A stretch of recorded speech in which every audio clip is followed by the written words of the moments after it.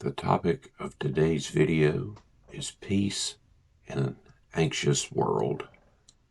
And our piece of scripture is Philippians chapter 4, verses 6 and 7. Be careful for nothing, but in everything by prayer and supplication with thanksgiving let your requests be made known unto God. And the peace of God, which passeth all understanding, shall keep your hearts and minds through Christ Jesus. So I want to take a ride and talk about something deeper than the machine, some scripture, some honest reflection, and the kind of thoughts that come up when the road gets quiet.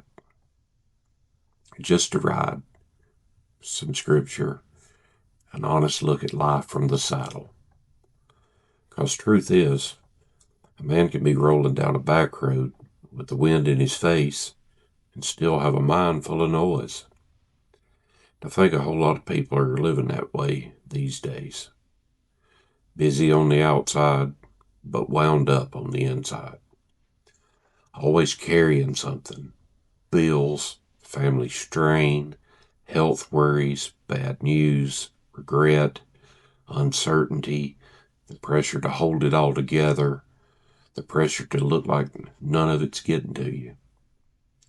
After a while, that kind of weight settles in on a person. It settles in the mind, it settles in the chest, it settles in the way you think, the way you sleep, the way you move through your day. That's why these verses in Philippians matter so much. Be careful for nothing, but in everything by prayer and supplication, with thanksgiving, let your requests be known unto God, and the peace of God, which passeth all understanding, shall keep your hearts and minds through Jesus Christ. Now let's be honest about that first line. Be careful for nothing. That does not mean life gives you nothing to worry about. It don't mean a Christian never feels fear or pressure or have a troubled mind. Scripture is not asking you to pretend you're made of stone. What it's saying is this: do not let anxiety become the thing that rules you. Do not hand your inner life over to fear. And that's easier said than done, because a lot of us have gotten used to carrying things in our own strength. We think it through, we replay it, we brace for it, we try to stay ahead of it.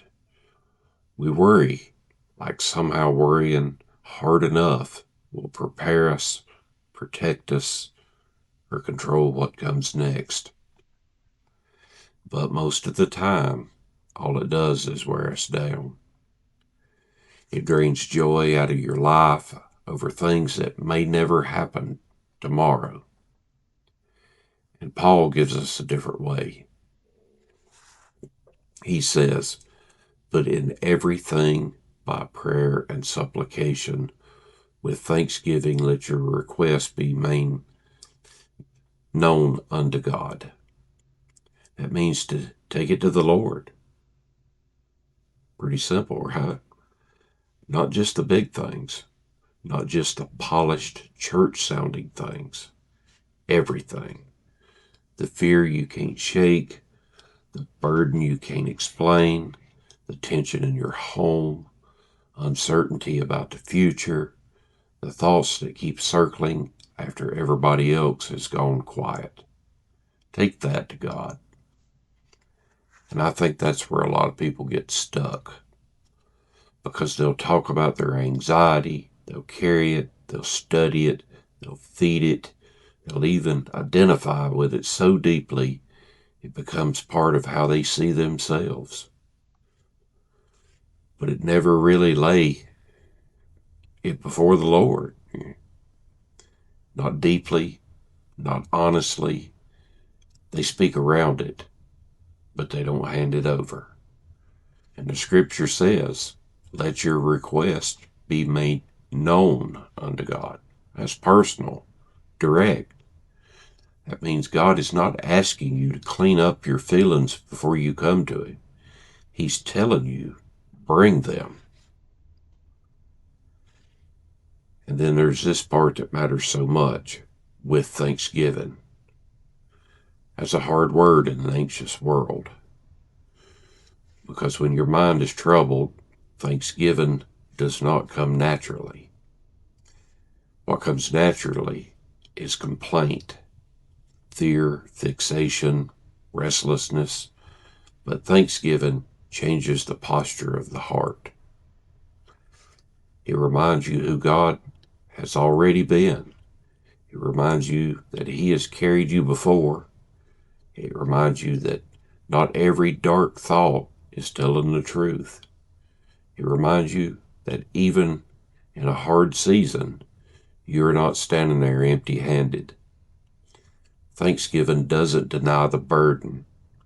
It steadies you while you carry it to God. And then comes one of the most beautiful promises in the Scripture. And the peace of God, which passeth all understanding, shall keep your hearts and minds through Christ Jesus. Now that's important. It does not say God will explain everything. It does not say He will remove every hard situation the moment you pray. It says peace will keep your heart and mind. That means there's kind of peace in the world that the world cannot manufacture. Not distraction, not denial, not positive thinking, not just getting away from people for a while. Real peace. That kind does not always make sense from the outside. That kind can sit with you, uncertainty. That kind can steady your breathing when life is still unresolved. That kind can guard your heart when fear is trying to move in and make itself at home. The word keep matters too. It carries the idea of guarding, standing watch, holding the line. And brother, in a world like this, you need something guarding your heart and your mind. Because in this world, we'll not do it. The news won't do it. Social media won't do it. Constant noise won't do it. Your overthinking won't do it. Only the peace of God through Christ Jesus can do that at the deepest level.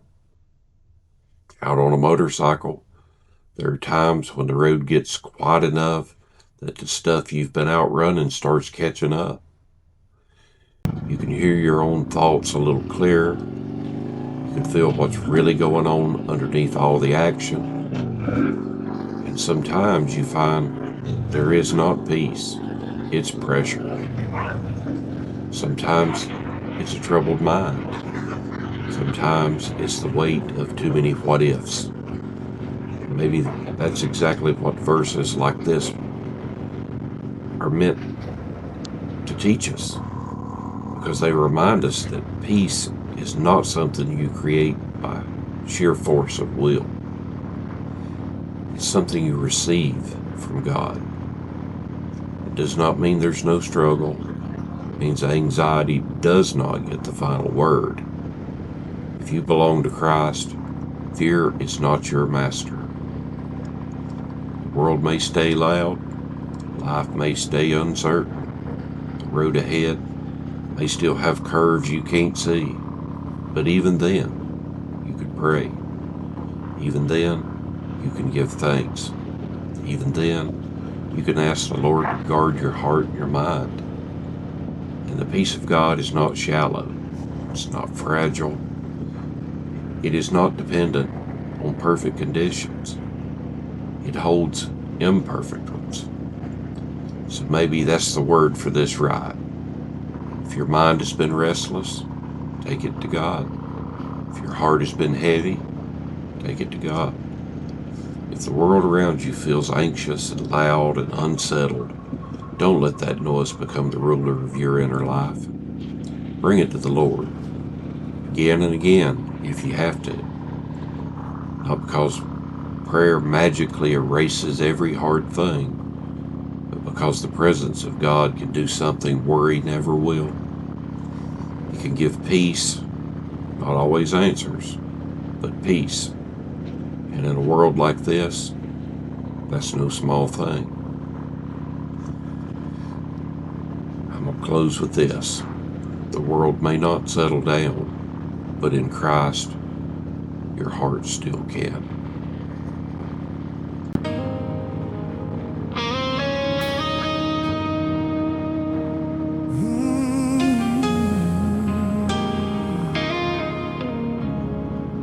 Only Jesus saves.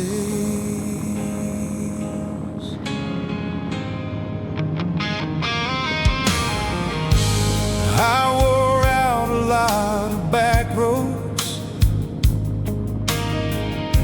trying to outrun what I'd done.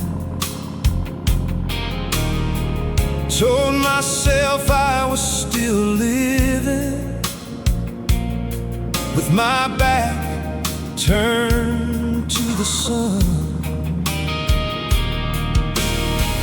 Pride will make a man go restless.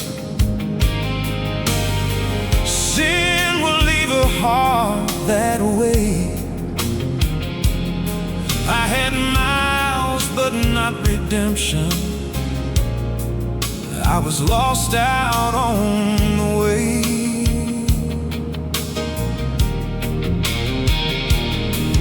Then the Lord broke through my darkness, showed me what I couldn't hide. All my strength was just a shadow, all my goodness was my pride. At the cross I saw my ruin, at the cross I saw love too. Jesus paid for every failure, and He made this old heart new. Only Jesus saves. Only Jesus saves. Not the road and not religion, not the words a good man says, not my strength and not my sorrow, not the miles that I have made. I was dead and now I'm breathing. Only Jesus saves. I've repented in the silence, with the wind against my chest. I have laid my sins before Him, and I found my soul at rest. Being born again ain't talking, it ain't some Sunday mask we wear. It's a sinner turned toward heaven, 'cause he knows the Lord is there. Now I ride with different eyes, Lord, still a man who needs your grace, still imperfect, still dependent, still held steady every day. And when people ask what happened, why my life don't look the same, I just tell them Christ found mercy, and He called me by my name. Only Jesus saves. Only Jesus saves. Not the road and not religion, not the words a good man says, not my strength and not my sorrow, not the miles that I have made. I was dead and now I'm breathing. Only Jesus saves. There's no other name under heaven, no other blood can wash sin clean, no other hand can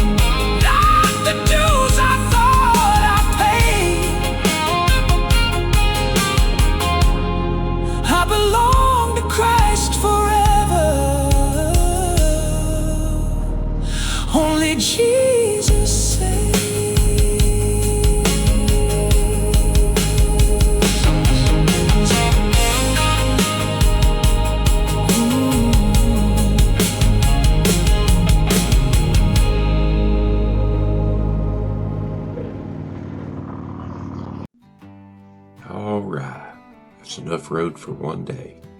I appreciate you riding along with me here on Two Lane Reflections. If this gave you something to think about, come on back for the next ride.